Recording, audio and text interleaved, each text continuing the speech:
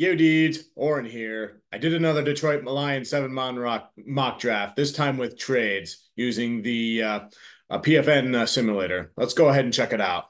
So this is probably going to be one of the few times that I do this with prioritizing wide receiver in the first round because I'm of the opinion that the priority for the Lions in this draft is going to be, making the overall defensive line as good as possible, and then um, and I think I said this before that I think like the X targeting the X receiver spot is kind of a smokescreen because they've already re-signed Peoples Jones, and Jared Goff mainly throws to St. Brown and Laporta anyway. But if the Lions do decide to go with a wide receiver, I think I would imagine it would look something like this, where they're going to have to trade up a little bit in front of the Buffalo Bills, who everybody and their mom knows needs a wide receiver, especially after trading Diggs to the Texans. So to get what they want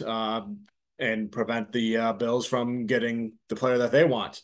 And when I did this trade, I traded up to the Cardinals pick at 27 from 29. I gave in order to make this work using in the mock draft simulator that I'm working with here, I gave up pick 29, pick 201, and next 2025 second round pick for the Detroit. So that's that was my cost this time for doing this. And then with picks 27, I went ahead and got Adonai Mitchell, wide receiver from Texas. And this, I think if they're looking for that X receiver type, this particular wide receiver would be that fit, and he appears to be able to do pretty much everything you want from a wide receiver. Like he does everything, and his only I guess weakness you could say is that he doesn't have a whole lot of muscle to him. Like he needs to hit the weight room more, but he's pretty tall and pretty lengthy. He's got a huge catch radius, a huge wingspan, which is what you'd want, and he can jump really high and get the ball if he needs to. He's really good at getting off presses. And he's a really fast runner. He could do like the vertical route, and he's really good enough at route running to be able to do like inseams and that sort of stuff and do things that you would want in a slot. So I've seen him being compared to DJ Chark, who is somebody that Brad Holmes has signed in the past. So yeah, Adonai Mitchell. I didn't think too much about this guy because I know he hasn't had any sort of meeting with the Lions until DetroitLions.com senior writer Tim Twentyman featured him in his Meet the Prospect articles. And I'm going to go ahead, and he was also a draft pick in Twentyman's most recent mock draft. And I'm going to go ahead and read part of what he said about him there. Wide receiver Adonai Mitchell from Texas. Mitchell had himself quite the combine, measuring in at 6'2", 205 pounds, and then testing through the roof with a 4.34 second 40, a 39.5-inch vertical, and an 11'4" broad jump. Continuing on, between Jameson Williams and Jahmyr Gibbs and Mitchell, the Lions would rival the Dolphins in terms of fastest skill weapons in the league without losing any of the toughness they're built on.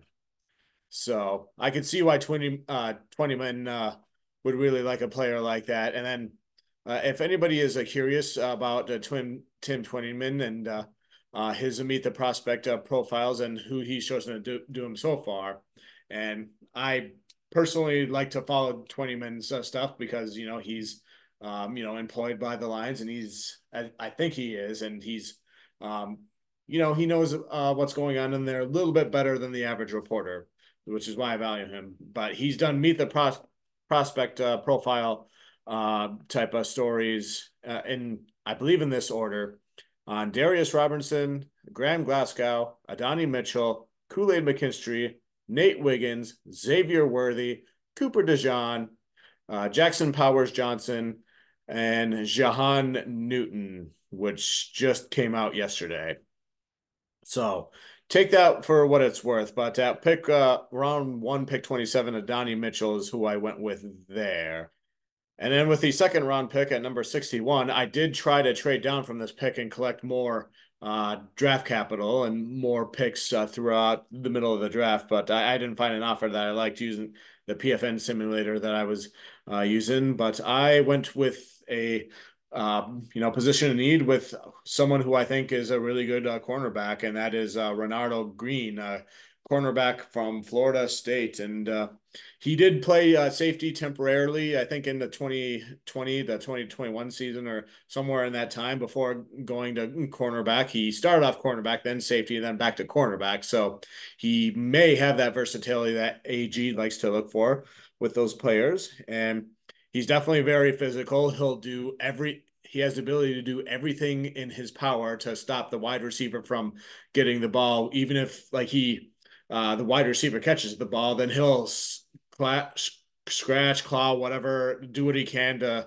uh, cause a fumble there. And he can cover pretty much any wide receiver like a glove. Like he's got all the fundamentals and techniques down. It's just like the athleticism is not elite like somebody else, but like he still does a really good job with that stuff there. And if I've seen him as a player comp to former Detroit Lions Jeff Okuda. Now, don't groan just yet. I believe this is like best case scenario Jeff Okuda that we're talking about here, but I'd be content with a player like Bernardo Green to be able to use in the Lions' secondary because it sounds like he can do everything that you would want, like in man-to-man or press or that sort of thing. So, um, and then now here we go to the third round where I once again tried to trade down, and I did try to trade down, but I didn't wind up collecting more draft capital.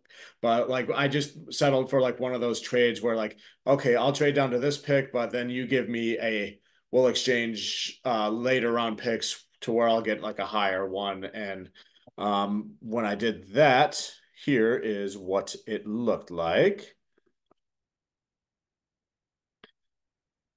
So the trade was with the San Francisco Niners. I sent them pick 94 or sorry, I received pick 94 from them and then pick 135 from them. And I gave them pick 73 and then pick 164.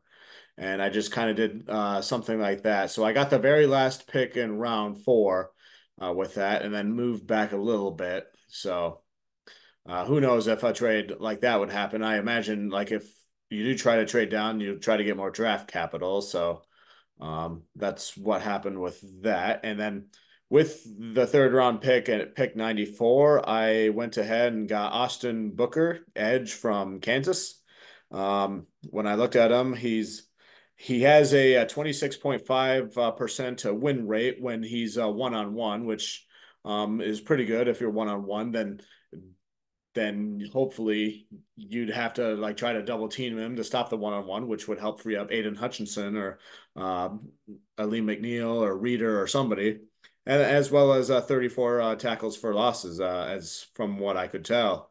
And he's got a very explosive first step, and with edge rushers being explosive right off the snap is one of my favorite things about edge rushers, and his length and wingspan is really good, and that helps him, be able to get leverage and does what he needs to do with avoiding blocks and winning against his opponents there. So, I mean, he's developmental and he's designated pass rusher type, but with the Lions' new defensive line coach who's been really good with his Titans, who hopefully he can coach him up and get him going and make something really good out of him. And even if he doesn't get to the quarterback or win that route or whatever, he's really good at getting into the passing lanes and trying to interfere, like dropping back and stuff like that too. So if he can't sack the quarterback and get a tackle for loss, at least he can should have the potential to bat down the pass.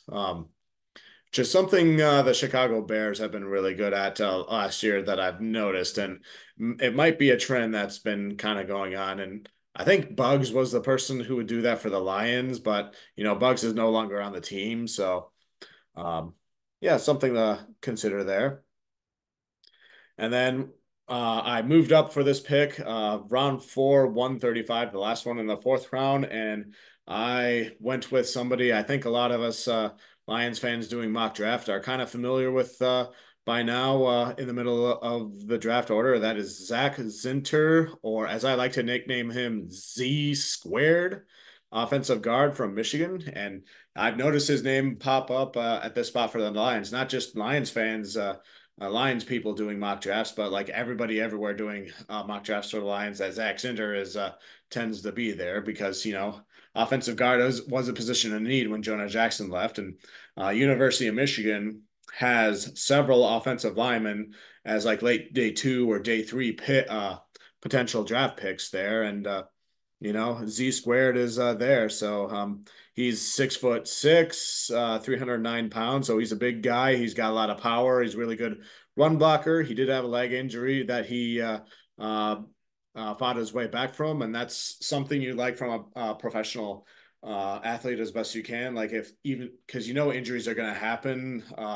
It's just inevitable and random. But if you can fight your way back from an injury and then still be productive, then you have somebody worth keeping around, which is also why I'm hoping Levi Onwuzurike has a productive fourth year with the Lions. So, and then about Z squared, he's only gave up like 5 pressures, which is, pretty good. And he has had no penalties. So that shows a lot of discipline there. So, yeah, I went with Zinter there. I almost went with another lineman from TCU. His name escapes me at the moment just because he had a lot of good measurables, a lot of good size and everything, but he was already picked shortly before this pick here. So I went with Zinter there. And then I don't have any fifth round picks anymore because both of them were involved in trades. But at pick six, 205, I went with Logan Lee, defensive tackle from Iowa. And I talked about UCLA's edge rusher that's not Latu. I think his last name was Murphy or something in a previous video where his main value comes from special teams being able to block, field goal and extra point attempts and stuff like that. And I think Logan Lee it could kind of be that person as well as kind of be like that Hall Jr. from Ohio State, kind of like that version of that player. Like he's tall, but he's skinny and he's super quick to be able to break through. So if you can't get that Ohio State to defensive tackle, then Logan Lee could be a good alternative there. And he was a team captain for Iowa. So he's dedicated. So he's 6'5", but only weighs 281 pounds at this time. And he tested really well with like the sprint drills and like the jump drills and stuff like that, which uh, is why I say. And he's versatile and he played several spots on the defensive line and a lot of nose tackle, but he'll probably project to be like a 5 tech. And that those drills that he did well on, like he'll be able to hopefully jump up there and block field goal or punt, as well as being able to zip through the offensive guards or whoever he's lining up with, and be able to get a tackle for loss or a sack without them knowing it. And yeah, he does a good job of winning it with quickness and all that sort of stuff. So that's why he stood out to me there. And like I said earlier, I think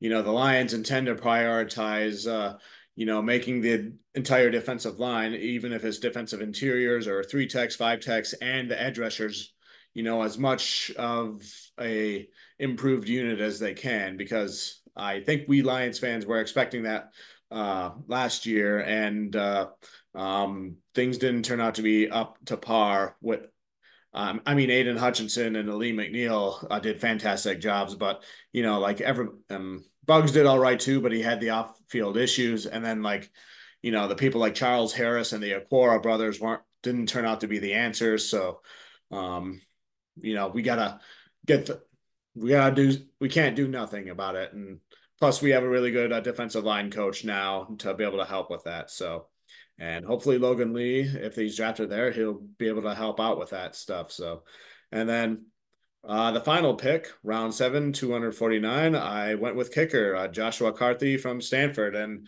this was neck and neck, like in my mind, between him and Will Reichard, because, they've had lots of good statistics and good histories with their stuff. And, Reichard, playing for Alabama, has, kicked in several high pressure games, big games, that sort of thing. But with Carty, why I chose him was just because he was slightly taller and a little bit heavier at 6'2" with 207 pounds, while Reichard was 6 foot even with 189 pounds. So, um, you know, Cardi is about, 2 inches taller, while being about 18 pounds heavier, which makes me think maybe his leg is a little bit longer and somewhat stronger, and hopefully that extra weight is muscle, which when you kick the ball could give that football the extra oomph that needs to get over the crossbar, and that could make the difference between winning a game and losing a game. So I went with Carthy for that. That's what tipped the scales to Carthy in my mind. But he has 11 field goals of 40 or plus. He's made 11 of those from that distance or longer, 100% from 40 to 49 yards, where he was 57.1% from 50 plus yards. And then overall, he's 85.2% with field goals all time, whereas he's 100% with extra points percentage. So, yeah, that was who I picked there with the round seven pick. And just to recap, the draft I did, trading up in front of the Bills at number 27, I went with Adonai Mitchell, wide receiver, Texas. Pick number 61, Renata Green, cornerback from Florida State. And then in a trade down, Austin Brooker, edge from Kansas. And then in a trade up involved in that same trade, pick 135, Zach Zinter, offensive guard from Michigan. And then number 205, Logan Lee, defensive tackle from Iowa. And then final pick 249, Joshua Carty, kicker from Stanford. So that's another mock draft. Feel free to kindly discuss in the comments. And always remember, just trying to help.